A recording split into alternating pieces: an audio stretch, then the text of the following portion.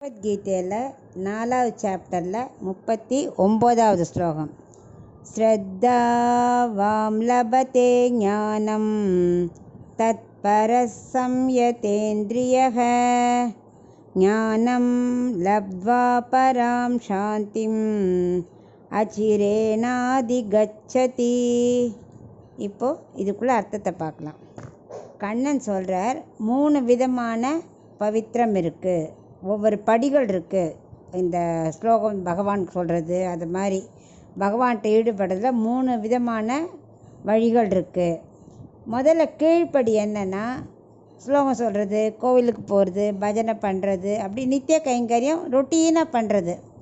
அதுக்கும் பலன் உண்டு. ஆனால் அது கொஞ்சம் ஃபஸ்ட்டு படி, ரொம்ப கீழ்ப்படி, சின்ன பலனை கொடுக்கும். அதுக்கு அடுத்தது என்னென்னா, அதே கர்மாவை பகவான் பிரீத்திக்காக பண்ணுறேன், நான் சேஷபூதன், எல்லோரும் சமம் அப்படின்னு இந்த ஆத்ம ஞானத்தோடு தொண்டு புரியுறது. இது 2வது தன்மை. இது கொஞ்சம் நெக்ஸ்ட்டு பெஸ்ட்டு. முதல் இது பவித்ரம், 2வது பவித்ர தரம். குட், பெட்டர், பெஸ்ட்டு சொல்கிறான் இல்லையா? ஸோ முதல் படி பவித்ரம், இது பவித்ர தரம். பெஸ்ட்டு என்னென்னா, அதுக்கு பேர் பவித்ர தமம். ஆத்ம ஞானத்தோடையே செய்கிறது. அது பெருமைங்கிறது ரொம்ப இம்பார்ட்டண்ட். அதாவது பகவான் அனுகிரகம் கிடைக்கிறது. ஏன்னா நீ ஆத்ம ஞானத்தோடையே பண்ணியானா ஆத்ம சாட்சாத்காரம் கிடைச்சிரும் இல்லையா? அது பெஸ்ட்டு, பவித்ர தமம். அதுக்கு எக்ஸாம்பிள் என்னென்னா, சபரி. அவள் என்ன பண்ணா, பெருமாளுக்கு ராமர் வருவார்ட்டு பழங்கள்லாம் ரெடி பண்ணி வச்சு ராமன் வந்தவுடனே கொடுத்தா இல்லையா? அவரோட கண் பார்வை பட்டாலே நம்ம உடம்புல நம்ம பண்ண பாவமெல்லாம் தீந்துடும், பவித்திர தன்மை அடைஞ்சிரும். அதனால் அவள் சொல்ல, ராமா உன்னோட கண் குளிர உன் கடாட்சத்தை எனக்கு கொடு அப்படிங்கிறா. கொடுத்த மாத்திரத்துலேயே இவ மோஷம் அடைஞ்சிடுறா. ஸோ அந்த மாதிரி அவரோட கடைக்கண் பார்வை கிடைக்கிறது தான் பவித்திர தமம். இதில் கூட விஷ்ணு சஹஸ்ரநாமத்தில் கூட இவர் சொன்னார், பீஷ்மர், பவித்திரங்களுக்கு பவித்திரமானவர், மங்களத்திற்கு மங்களமான தன்மையை கொடுப்பவர் தான் பகவான் சொல்லியிருக்கா இல்லையா? பவித்ரானம் பவித்ரம் யாதம், அந்த ஸ்லோகம் இருக்கே, அதை மாதிரி. ஸோ அது மாதிரி பகவானோட கடாட்சம் கிடைக்கிறதுங்கிறது பவித்ர தமம் பெஸ்ட்டு.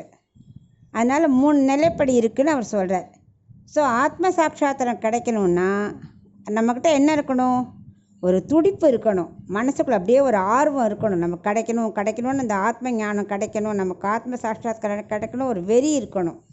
அப்போ தான் நம்ம இந்திரியங்களெல்லாம் அடக்கி அவனுக்கு கைங்கரியம் பண்ணணுங்கிற இது கிடச்சி ஆத்ம சாட்சாத்காரம் கிடைக்கும்.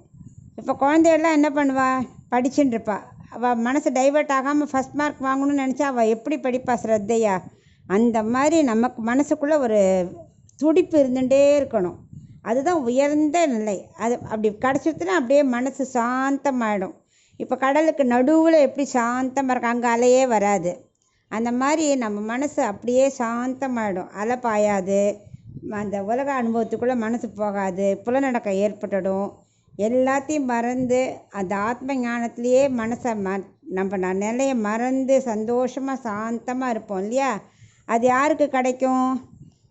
யார் பகவான் கைங்கரியம் பண்ணணும் அப்படியே ஒரு துடிப்போடு பண்ணுறானோ அவனுக்கு தான் அந்த ஆத்ம ஞானம் சித்திக்கும்.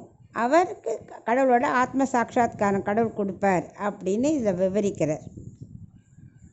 அப்போ அர்ஜுனன் கேட்குறான், அப்போ இது வரத்துக்கு ரொம்ப நாளாகுமோ அப்படிங்கிறா. இல்லை சீக்கிரமே கிடச்சிரும். அதுக்காக நான் ஃபியூ டேஸில் இல்லை, அதுக்காக ரொம்ப கோடி ஜென்மாவும் இல்லை, கொஞ்சம் ஜென்மாலே நமக்கு ஆத்ம சாட்சாத்காரம் கிடச்சிரும், சாந்தி நிலைமை அடைஞ்சிருவோம். அது துடிப்பு நமக்கு இருக்கணும் அப்படின்னு எக்ஸ்பிளைன் பண்ணிகிட்டே இருக்கார்.